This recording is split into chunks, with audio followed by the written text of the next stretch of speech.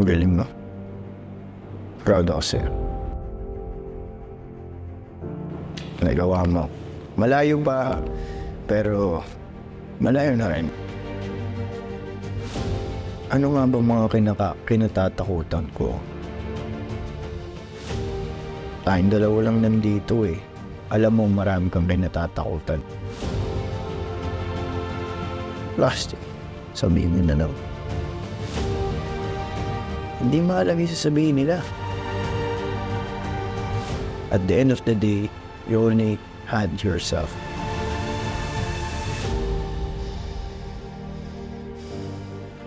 Hello everyone, my name is Kelvin Miranda, and this is the conversation I never had with myself. So, may difficult and may easy question. So, ano kaya yung mga yun? Medyo kinakabahan ako. Sige. Bukan natin itong isa.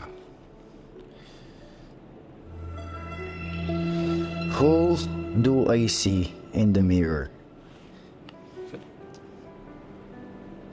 Ngayon, ang nakikita ko ngayon,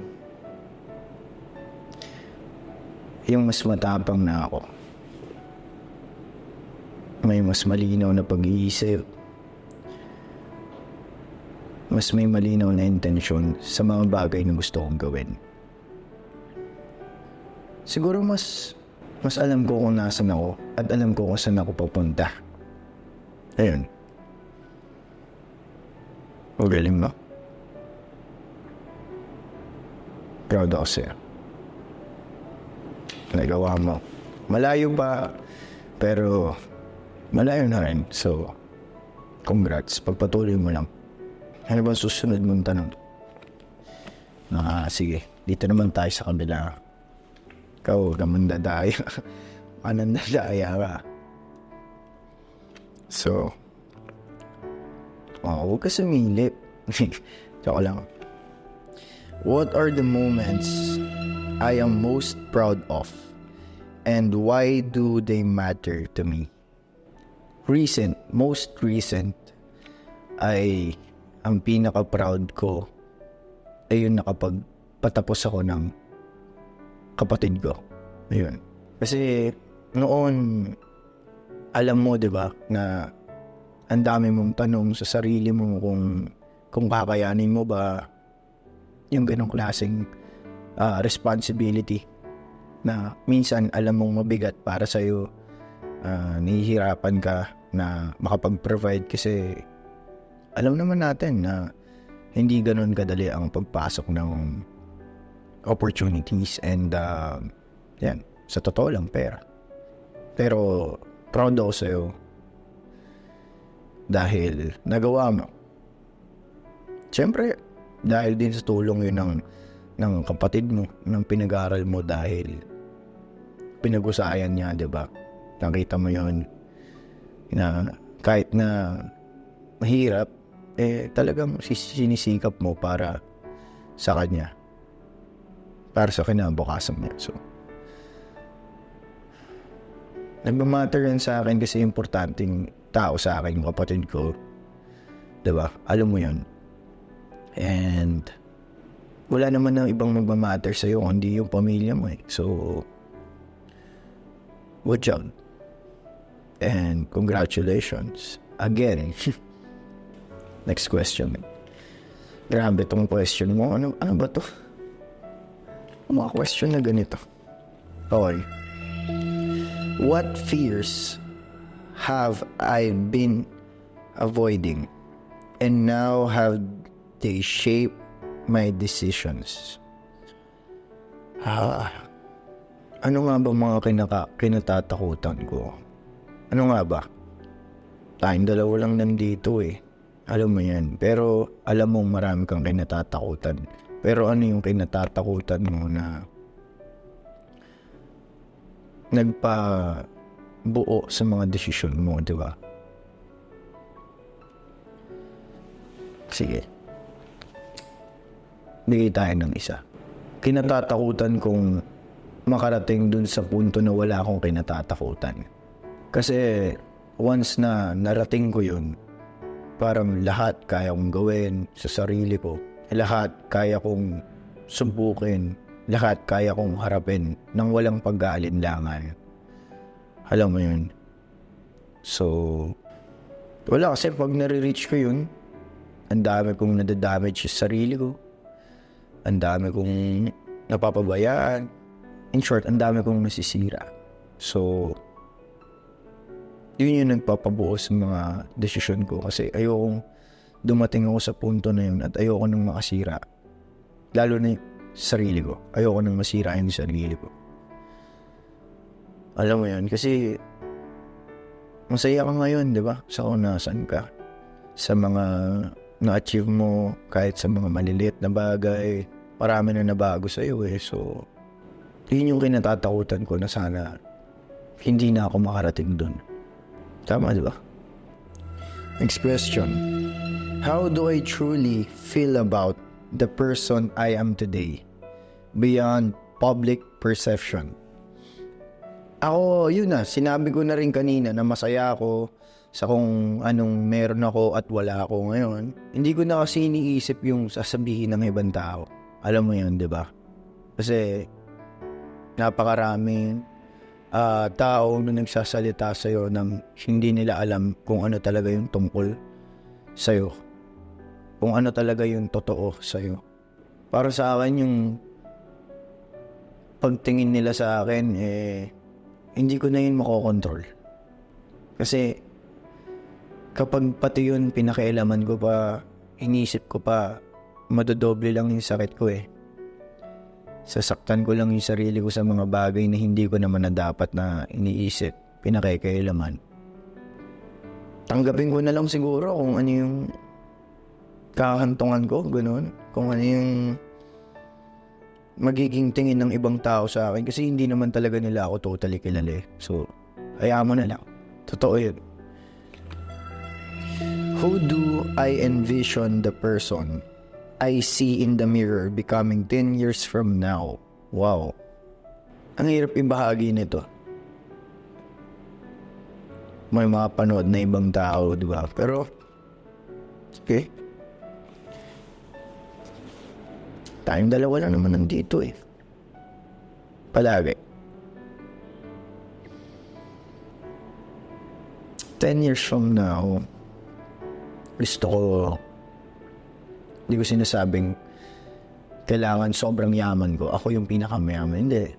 Gusto ko stable ako financially, emotionally, syempre physically, and syempre maayos na pamilya na magkakaroon kayo ng pagmamahal sa isa't isa, respeto at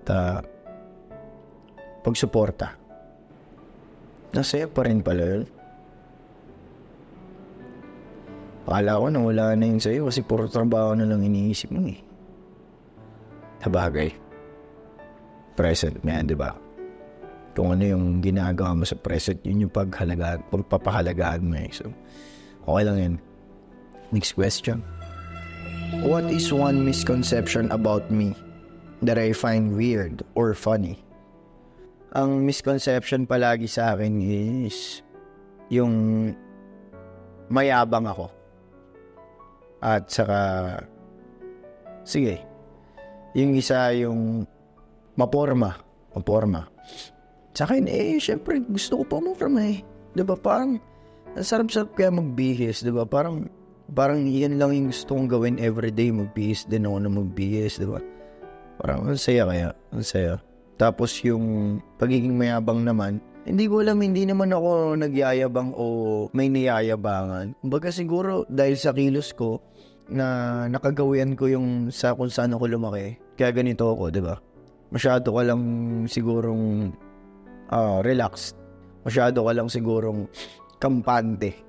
No? Na minsan may mga tao ka nang nasa paligid mo na hindi na komportable sa pagiging kampante mo.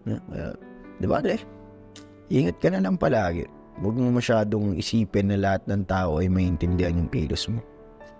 Kaya, ingat lang. Next. How do I balance my own happiness with the pressures of my career? Gandang tanong. Paano ko nga ba nababalanse? Para kasi sa akin, ang hirap targetin ng happiness eh. Kasi, diba, para sa'yo, ang tao, mataas ang expectations niyan. So, hindi agad-agad nakukontento ang tao sa mga bagay na binibigay sa kanya ng universe. Maraming hinahangad sa buhay. Pero hindi ibig sabihin nun, hindi ka kontento na wala kang pagpapasalamat sa kung anong meron ka. Kumbaga, naghahangad ka para sa kinabukasan. Ganun. Ang hirap talaga masabi kung ma-achieve mo talaga yung happiness mo bilang isang tao. Diba? Kasi, ang napakalalim ng happiness na yun. Naka-akibat dyan yung pagmamahal, yung at peace ka, even sa mga ginagawa ng tao sa'yo, kaya mo maging masaya. Diba? Baga, surrender ka na. Hindi ibig sabihin is, surrender ay sumusuko ka na. Baga, surrender ka na sa mga bagay na hindi mo kaya. Okay, hindi mo kaya. Dito lang ako. Masaya na ako dito sa kung nasan ako. Yun siya. So, happiness is contentment. Ganun siya. Ang hirap kasi niyang balansein sa karir eh. Dahil sobrang nakaka-pressure talaga yung trabaho.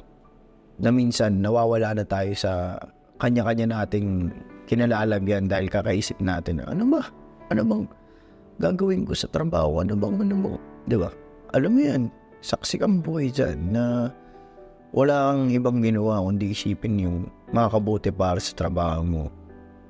Para saan? Siyempre, para kumita, di ba? Plastic. Sabihin mo na lang. Para kumita ng pera. Oo. Kasi importante yung pera. Pagka wala kang pera, kadalasan tingin sa'yo ng tao, wala ka.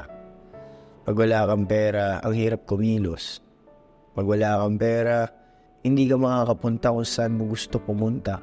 May mga bagay kang hindi magagawa. Kumbaga malilimitahan ka. Diba?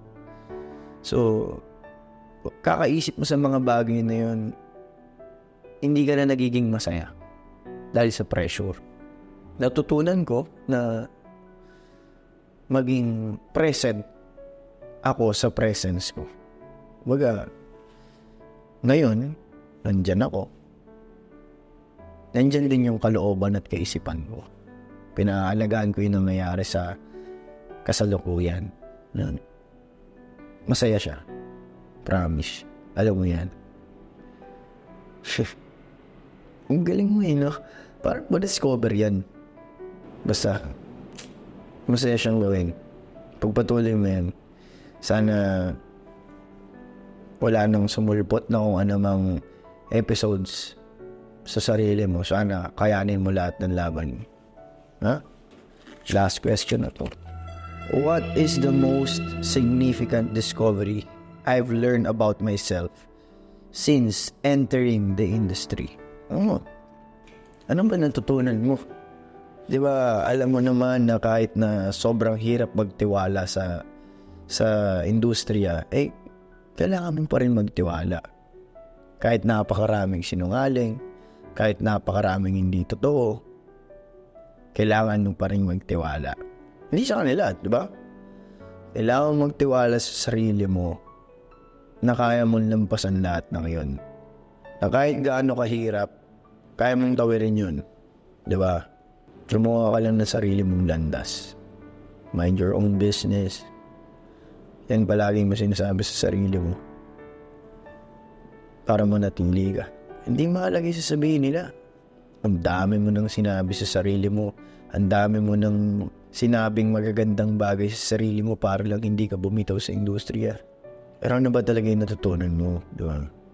Tiwala ka pa rin sa sarili mo. Kahit na nandoon ka na sa pinakamababa at hindi ka na pinapansin ng mga tao. Hindi ka gusto, hindi ka maging paborito. Kailangan mong magtiwala sa sarili mo. Kasi ikaw lang yan. At the end of the day, you only had yourself. Mahalin mo yung sarili mo. Ayun yung natutunan mo, di ba? Pag-igihan mo, lahat ng negatibo gamitin mo para maging positibo. Hanggat hindi ka natututo, gamitin mo yung negatibo para maging positibo. Kailangan mo. Yun lang naman. Yun lang naman yung natutunan ko.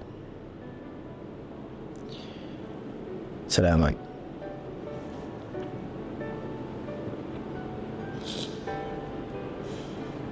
Kakausap lang natin kahapon eh. Pero okay lang. Good to see you again.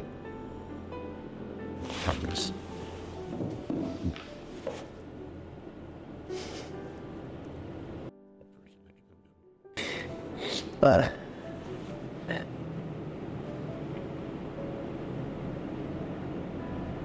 So, salamat.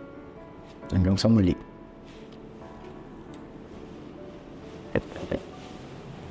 Ito.